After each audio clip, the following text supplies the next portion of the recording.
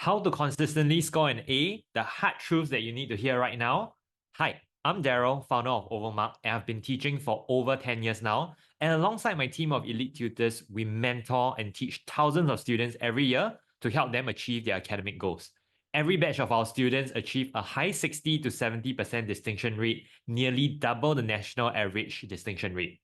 Our tutors mainly come from MOE or the Learning Lab and has been teaching for 7 to 13 years, so you can trust us when we say we know what works in the classroom. Today, I'm going to be brutal with you and share some hard truth that might be hard to swallow, but things that you need to hear regardless. I share on these topics with the positive intention to help motivate and get you in the right mindset when it comes to taking charge of your academics. So if you're currently struggling academically, there's usually a number of common reasons why, and I'm going to spell it out for you. I'm then going to share with you how you can overcome them, and after this video, I promise that it will have a transformative impact on your perspective towards your academics. So here goes the top 4 reasons why you're not consistently scoring an A. Firstly, you lack prioritization. You're not doing what needs to be done. The ironic thing is that you probably know what needs to be done and you just failed to prioritize it. So instead of doing your homework or your revision, you're probably watching TikTok, playing your Brawl Stars, or watching your Netflix shows. Now, to be very clear, I think that there's absolutely nothing wrong with consuming entertainment or having a life. But I do have an issue if you're doing that before you finish your academic work. To prioritize means to get the necessary work done first and then spending the rest of your time to do what you want. Learning to prioritize means doing what is necessary and not what you prefer at a certain point in time. I also want to share with you a very essential concept here. I need you to deeply understand the difference between what is important versus what is urgent. Now, many of us tend to think that urgent means it's important, but let me spell out the difference for you. Things that are urgent are tasks that are time sensitive. These are usually unexpected tasks that requires immediate attention and are supposed to be dealt with and addressed right away. So urgent matters could include things like having to see a doctor after you fell sick, having to settle last-minute CCA tasks, or replying to time-sensitive email from the school or MOE.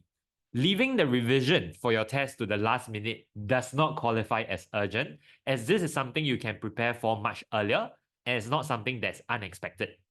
Urgent tasks should always be swiftly dealt with no procrastination, so that you can move on and move forward with what is truly important.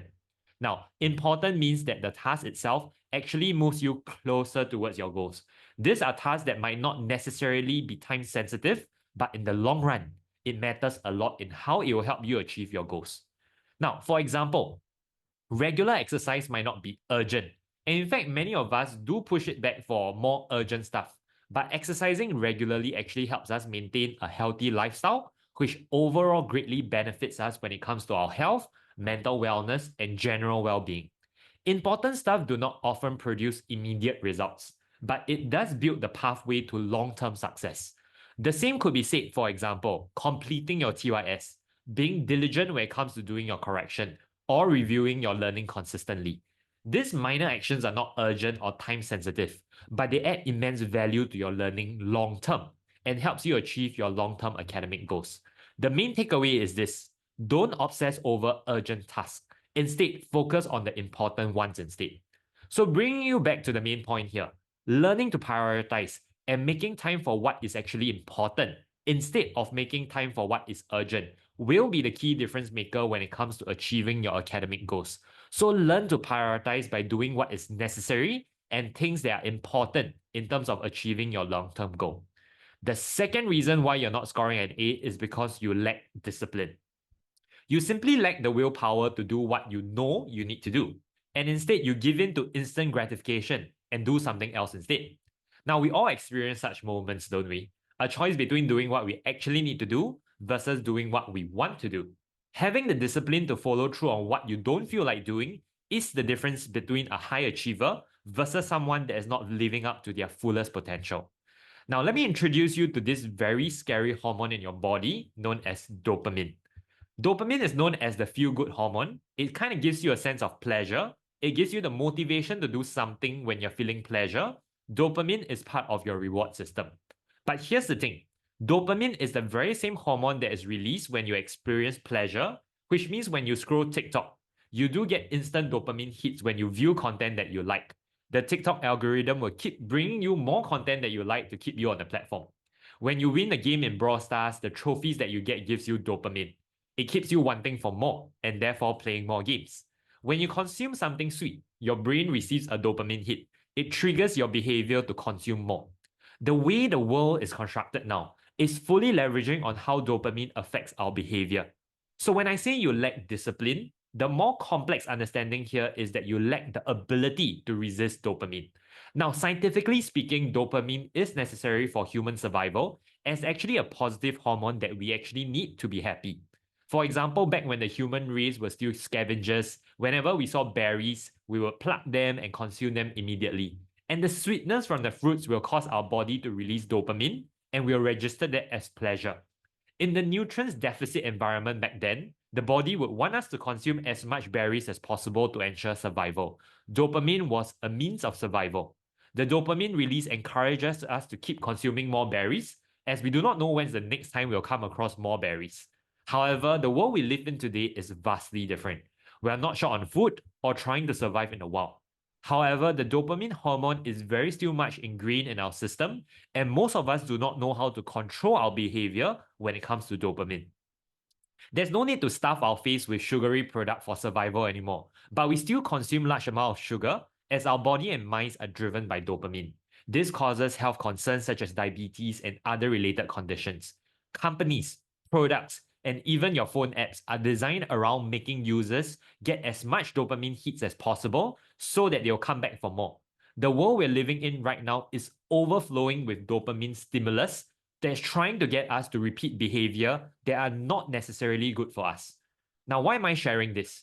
If you're conscious of dopamine, you can then better regulate your behavior when it comes to short-term activities that releases dopamine, that technically does nothing more than to give you immediate pleasure. I want you to change your behavior from short spurts of immediate dopamine to focusing on creating long-term happiness. Long-term happiness comes from the pursuit of long-term goals that creates the life that you envision for yourself. While the immediate actions you need to take do not produce any immediate dopamine, the long-term satisfaction that you're going to get from pursuing and achieving your goal is going to bring you more joy than fleeting immediate dopamine hits.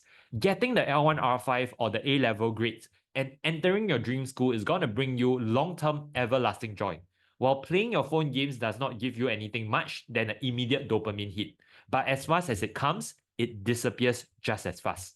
Maintaining a healthy lifestyle creates long-term happiness. Building stronger relationship creates long-term happiness. Meanwhile, posting an Instagram post and getting likes is just a short-term dopamine hit. It is fleeting. So instead, focus on your long-term goals and find long-lasting happiness.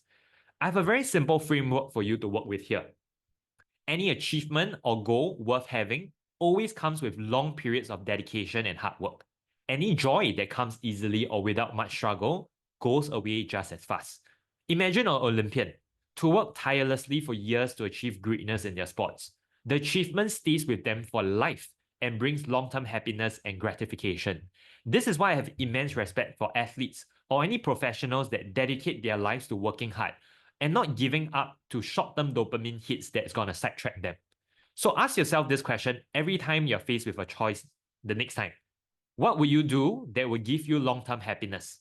Or would you crumble to a fleeting dopamine hit? The more times you repeat this process, the more obvious the results of your choice will be. Being disciplined means learning how to turn away from stimulus and short-term dopamine hits, and instead focusing on progressing towards your long-term goal, which actually brings you long-term happiness. I can confidently tell you that the moment I realized this, how big of an impact it made towards my life and how it completely restructured the way I approach making decisions and leaning towards doing what is hard now, but brings me joy long-term. This is the key to achieving discipline. The third reason why you're not getting an A grade is because you lack focus. You want to work on everything at the same time, but end up working on nothing. Having focused goals helps you align your actions and in the process, becoming very deliberate with the things that needs to be done. Focus can be cultivated by truly understanding the bigger picture of your goal. Let's say if you're sitting for your end of year exams or national exams soon, you will need to do a very honest self-evaluation to break down which subjects, or even better, which particular topics you need to focus on the most. Rather than doing everything all at once, being focused means making time and placing more emphasis on your weaker subjects that will give you a more substantial impact on your final grade. This means instead of spending more time on your favorite subject, trying to push it from an A2 to an A1, there's so much more value and upside if you work on your weakest L1 R5 subject, pushing it from a C5 to an A2. This could entail the same amount of work, but by focusing on the actual needle mover, you actually achieve a 3-grade improvement instead of a 1-grade jump when it comes to your overall L1R5. So take a moment to zoom out and identify which key areas you need to focus on the most. Don't try to work on everything all at once, but instead, focus on the one that's the highest priority and work down the list from there. Having a strong focus also means eliminating distractions that will cause you to go off track. I highly recommend getting real work done in a highly conducive environment with minimal distraction. I recommend places like your libraries, quiet cafes, or even public benches where there's minimal distraction. Being in the right place works wonders when it comes to focus. There should always be a place for a specific activity. You'll find out how much work you actually accomplish when you set your focus. And lastly, the reason why you're not getting an A is because you are afraid. You are afraid of failing. You're afraid of setting too high of an expectation for yourself because you will feel shitty should you fail to meet these expectations. And I'm here to tell you to not be afraid to fail. Now, this might be based on the way we've been brought up within this highly result-driven education system, but there's truly no shame in failure. Dare to dream big, and only then would your dreams come true. So don't hold back on your potential just because you're afraid, and you're afraid of failing to meet your own expectations. As the saying goes, aim for the moon and fall among the stars. There is one very powerful message that I would like to share with you here today. In our pursuit of our goals, it's actually not the achieving of the goal itself that gives us the biggest joy. It's actually the journey and the growth we experience along the way that makes us who we are. Let me give you a simple example. Now, if today I were to hand you an Olympic gold medal, how would you feel? You could argue that, it would be nice. It might make you happy to a certain extent, but deep down, you will question yourself if you truly deserve it. But let's contrast this with an athlete that is dedicated their whole life and reach the pinnacle of excellence, and then goes on to win the gold medal after arduous training and competition. The gold medal would mean a whole world to them. What I need you to understand here is that the joy of achieving your goal arises from the journey of overcoming the struggles and growing from the experience itself. The final result is nothing more than a cherry on top to sweeten it all. So what am I trying to tell you here? Don't be afraid to set lofty goals for yourself. But at the same time, setting the bar very high means you should be putting in the required amount of work to make your dream turn into a reality. So don't be afraid to dream big and embrace the journey of working towards your goals. Take every setback in stride and use those opportunities to grow to become a better version of yourself. There's truly no failure, but only learning opportunities. Leading a life afraid of failure is a surefire way to underachieve your fullest potential. So in conclusion, I hope now you have a much better idea on how you can consistently score an A if you adjust your mentality and overcome the most common issues holding you back.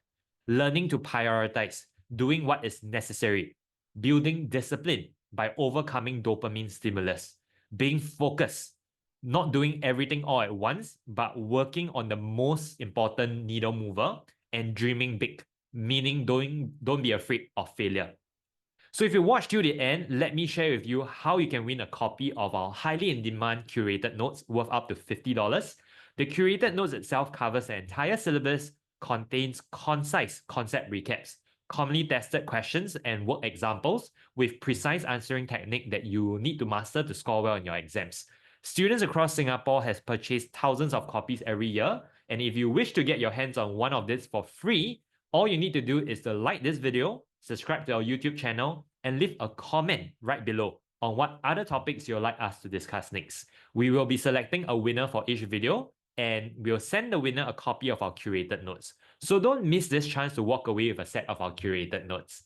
And if you enjoyed today's video, remember to like, subscribe, and leave a comment right below. And I'll see all of you in the next video. Bye-bye.